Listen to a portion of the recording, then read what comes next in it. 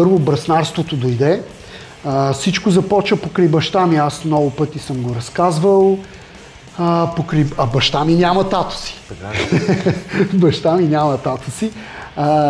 Всичко започва покрай него, започнах да движа от малък покрай него. Първият ми татус, нали, аз вече бях браснар и работих в Слънчев бряг, да, в хотел Виктория, малката Виктория до Чайка, която е, там бях браснар и както беше нашия фризьорски салон, защото аз по принцип фризьорство съм завършил, правих и дамско и мъжко.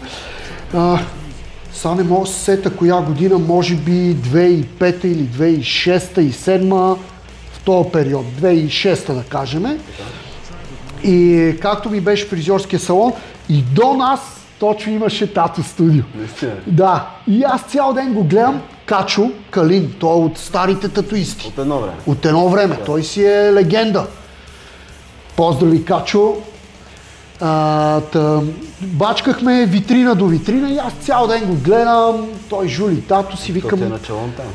Да, и аз нямам никъде татус и викам, леле, викам да седна ли да ме татуираш, ама викам нещо малко тъмън да го усета, нали, какво е.